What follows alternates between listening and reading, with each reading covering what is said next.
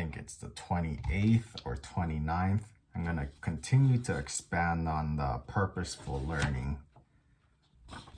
So I'm going to tell you a little story while I make some quenelles. And then when I finish the story, I'll show it to you. So let's see. When I was around 18 or 19, I was working for this chef, and I had just started like helping him do events and stuff.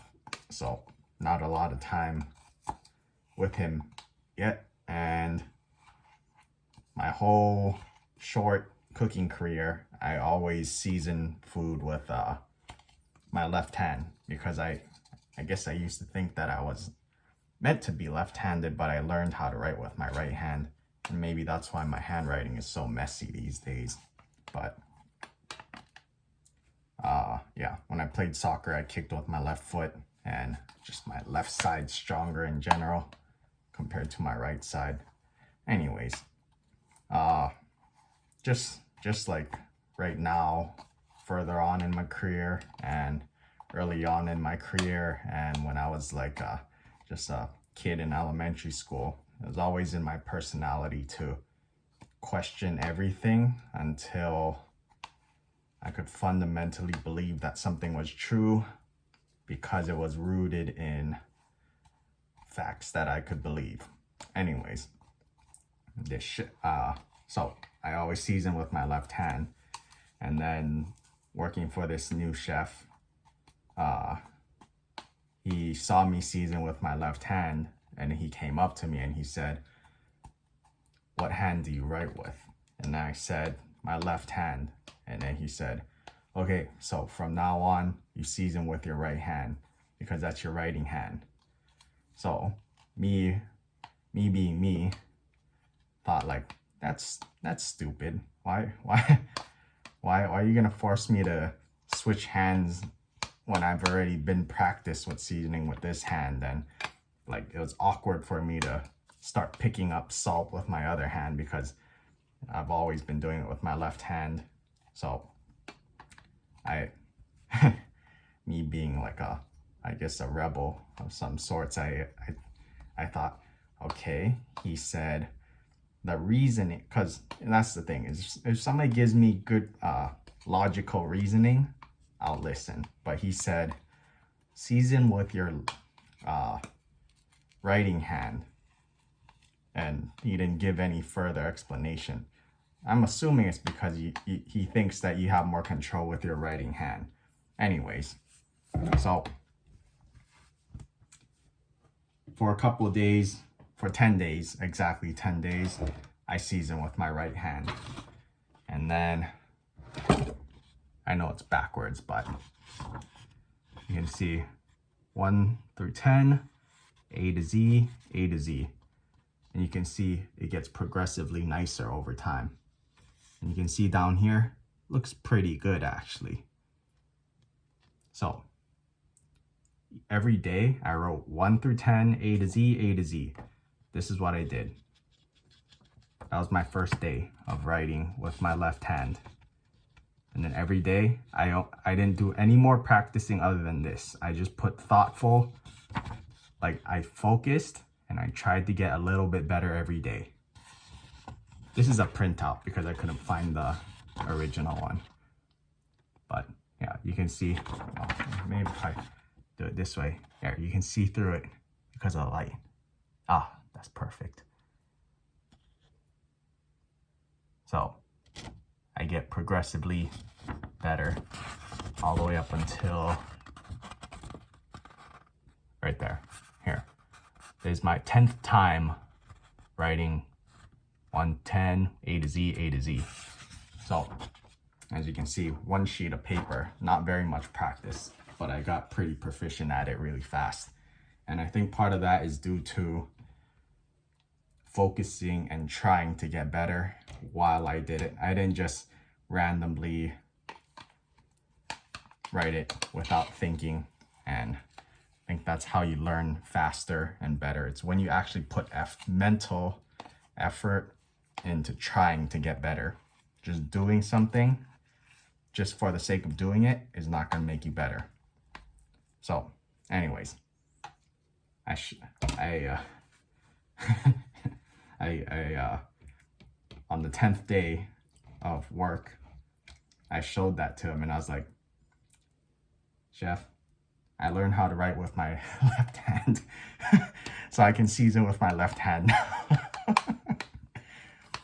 And then he just yelled at me, and then he said swear words, and then here I am seasoning with my right hand now. But yeah, just thought it was funny. That's why, so 2 things I learned when I became a chef based on that. One is always give good reasons for why you're telling somebody to do something if it seems like it doesn't make any sense to them. Otherwise, they'll be more prone to not doing what you say. I know the old traditional way is like kind of like in the military where you just say yes, chef, and no matter what, you just say yes because whatever. But I think we're at a point in kitchen society that you can't scream at people anymore. Well, if you want to keep good people, and just how you carry yourself as a human, you can't be a shitty person anymore. That might have worked in the past, but at a certain point, people realize they don't want to deal with that.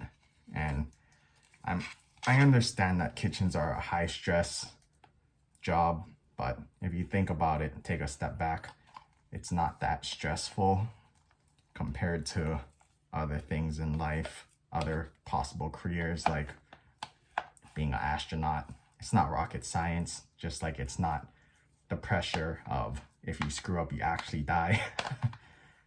But yeah, just thought I'd share that story as there's kind of like a part 2 for the learning with purpose, because I learned that was just how my personality was very early on, and I guess that's what got me to learn things. And another thing is not being afraid to fail, not being afraid to make mistakes. I always tell my staff, I'm fine with them making mistakes as long as they get better from it, because if they make the mistake now, it's a mistake that they could have made in the future at a time that it would be more critical, but they avoided that future mistake because they made the mistake now. Like if you open a restaurant and you screw up on your first day or your 10th day or your 20th day, not so bad. If you make the same mistake on your second year and then a customer says, oh, they've been open for 2 years and they made this simple mistake, and it kind of goes to show what quality restaurant you're running if you're making a really basic mistake after 2 years.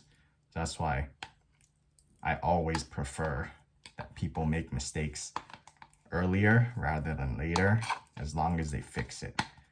If it's not in their potential to fix and not repeat the mistake, then there's something fundamentally wrong with that person, and they do not belong with us, because my restaurants pay our staff above the top 1% for people in their position. So my sous chefs get paid top 1%. Oh, they're not even in the top 1%. They're above the top 1%. If you Googled sous chef Hawaii average salary or whatever, my sous chefs are higher, my line cooks are higher, chef de cuisine is higher. Everyone gets paid above the top 1% for their position in my restaurants. So I have a lot of leeway to expect quality because you get paid that much. And if not, I can easily find somebody to replace that person. All right, 10 minutes.